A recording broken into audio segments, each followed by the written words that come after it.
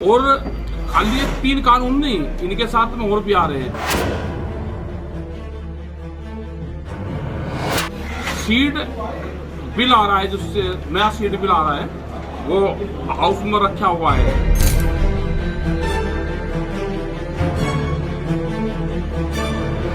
उसको भी लाने की कोशिश कर रहे हैं। वो आएगा, बीच पुलिस बनेगी, जुर्माना और सजा दोनों है उसमें। तो ये जब तक कानून वापसी नहीं होंगे तो किसान घर वापसी नहीं करेगा।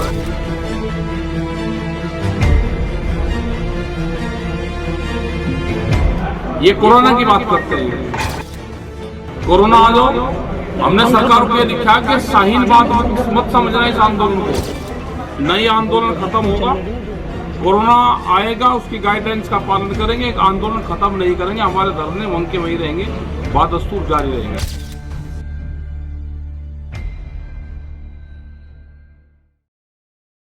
किसान आंदोलन को करीब 4 महीने से भी ज्यादा का समय हो चुका है, लेकिन अभी तक भी किसानों और सरकार के बीच सहमति नहीं बन पाई है। किसान ऐसे ही अपने धरने प्रदर्शन करने में लगे हुए हैं। किसानों का कहना है कि जब तक ये बिल वापस नहीं होंगे तब तक वो घर वापस नहीं जाएंगे। इसी बीच यमुनानगर पहुंचे किसान नेता राकेश टिकैत ने इस आंदोलन को 2023 तक बढ़ाने की बात कह दी।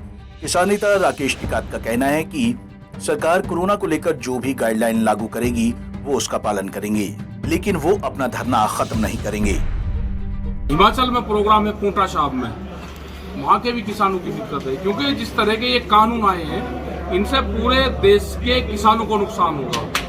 पूरा देश के किसानों को दिक्कत आने वाली है। और खाली ये 3 कानून नहीं, इनके साथ में और भी आ रहे हैं। सीड बिल आ रहा है, जिससे नया सीड बिल आ रहा है, वो हाउस में रखा हुआ है, उसको भी लाने की कोशिश कर रहे हैं। वो आएगा, बीच पुलिस बनेगी, जुर्माना और सजा दोनों है उसमें, बहुत नहीं है। तो ये जब तक कानून वापसी नहीं होंगे तो किसान घर वापसी नहीं करेगा। ये कोरोना की बात करते हैं। कोरोना आ जाओ, हमने सरकार को ये दिखाया कि शाहीन बात मत समझना इस आंदोलन को। नई आंदोलन खत्म होगा, कोरोना आएगा, उसकी गाइडलाइंस का पालन करेंगे। एक आंदोलन खत्म नहीं करेंगे, हमारे धरने वहीं के वहीं रहेंगे, बादस्तूर जारी रहेंगे। तो कैसा आप पे जो हमला हुआ था उसके पीछे कौन था? बीजेपी के लोग थे। कौन रहता है? तो सरकार कांग्रेस की, एबीपी के छात्र थे। मान जाएगी सरकार, नवंबर दिसंबर तक मान लेगी। सर ऐसा क्यों नवंबर दिसंबर? क्या कोई बात हुई है? नवंबर दिसंबर में ये है कि मेले लगते थे हमारे यहाँ। पुरानी कहावत है कि मेले में जो गुम हो जाता था वो अगले साल कुंभ के मेले में ही मिलता था वो फिर। लेकिन टिकैत साहब, सर्दी में गई, सर्दी में मान जाएगी। टिकैत साहब, कुंभ का मेला तो एक तरफ लगा हुआ है, आपको इतना लंबा प्रोटेस्ट करना पड़ रहा है। पहले ही आपने 2023 तक भी करना पड़ेगा, तो किसान देश का 2023 तक करेगा। आपने पहले अक्टूबर की डेट दी थी, कहीं सरकार से तो नहीं आया अभी। अगली रणनीति ये है कि जब तक कानून वापसी नहीं होंगे किसान घर वापसी नहीं जाएगा। जब तक ये कानून वापसी नहीं होंगे, एमएसपी पे कानून नहीं बनेगा। बता दें कि इस मौके पर किसान नेता राकेश टिकैत ने सरकार के खिलाफ जमकर भड़ास निकाली। वहीं दीप सिद्धू पर बोलते हुए राकेश टिकैत ने कहा कि अगर वो दोबारा किसानों के साथ आती हैं तो उनका स्वागत है। उन्होंने कहा कि लाल किले पर झंडा फहराना कोई देशद्रोह नहीं होता। वहीं इस मौके पर राकेश टिकैत ने कहा कि ये शाहीन बाग का आंदोलन नहीं है जो खत्म हो जाएगा। और सरकार के साथ बातचीत के मुद्दे पर राकेश टिकैत ने कहा कि अगर सरकार स्वयं कॉल करती है तो वो बातचीत के लिए तैयार हैं। ये इनका पूरे देश में बीजेपी वालों का खट्टर बनना है। पूरे देश में आप रुको, जनता इनका खट्टर बनाएगी। खट्टर का मतलब क्या है? खट्टर का मतलब कि अपने ही प्रदेश में नहीं जा सकता। खट्टर का मतलब ये है, लेकिन हरियाणा में तो ऑलरेडी खट्टर है। हरियाणा में तो ऑलरेडी खट्टर है। आगे बीजेपी का खट्टर बनाएंगे पूरे देश में। लेकिन हरियाणा में तो पहले खट्टर है, पर हरियाणा में तो पहले खट्टर है।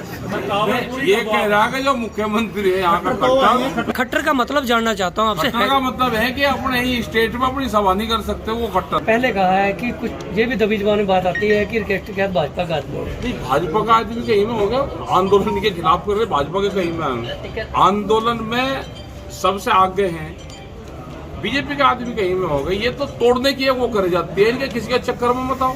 तो नवंबर दिसंबर तक का दिया सरकार को टाइम, हमारे पर टाइम है। सरकार पर जब टाइम हो हम बात करने को तैयार है। आप सरकार की कॉल का इंतजार करोगे? सरकार की कॉल का इंतजार करेंगे, अपनी तरफ से कोई कॉल नहीं करनी हमें। वो तो बांस के घर बनाए जा रहे हैं, तो उनका रंग करो, तिरंगे का रंग करो, क्योंकि नेशनलिज्म इन्हीं पे ही थोड़ा है कि नेशनलिज्म का ठेका इन्हीं पे ही है। बनाएंगे, हमारा मर्जी है, अपने घर पर कैसा रंग करेंगे, जितने जुड़ जाएंगे वही कहाँ जाएंगे। लेकिन वो तो तिरंगा वहाँ लाल किले पे फहराने के आरोपी रहे हैं। तिरंगा फहराना कोई अपराध है? तिरंगा कोई फहराना अपराध है? लाल किला देखो, तिरंगा वहाँ का वहीं था, तिरंगे पे किसी ने कोई वो नहीं करा। वहाँ पे एक धार्मिक चिन्ह लगाया गया था, एक खाली पाइप पे, एक पाइप पे धार्मिक चिन्ह लगाने की क्या धाराएं हैं वो लगा दो उस पे, और फिर 3 बिल से उस बिल का उसका क्या मतलब है? आप लोगों ने विरोध किया था उस टाइम पे, उनको बीजेपी का आदमी भी बताया गया था। तो बीजेपी के आदमी थे जब भी तो बता रहे। अगर वो छोड़ कर आना चाहता हो तो आ जा। था वो किसका आदमी?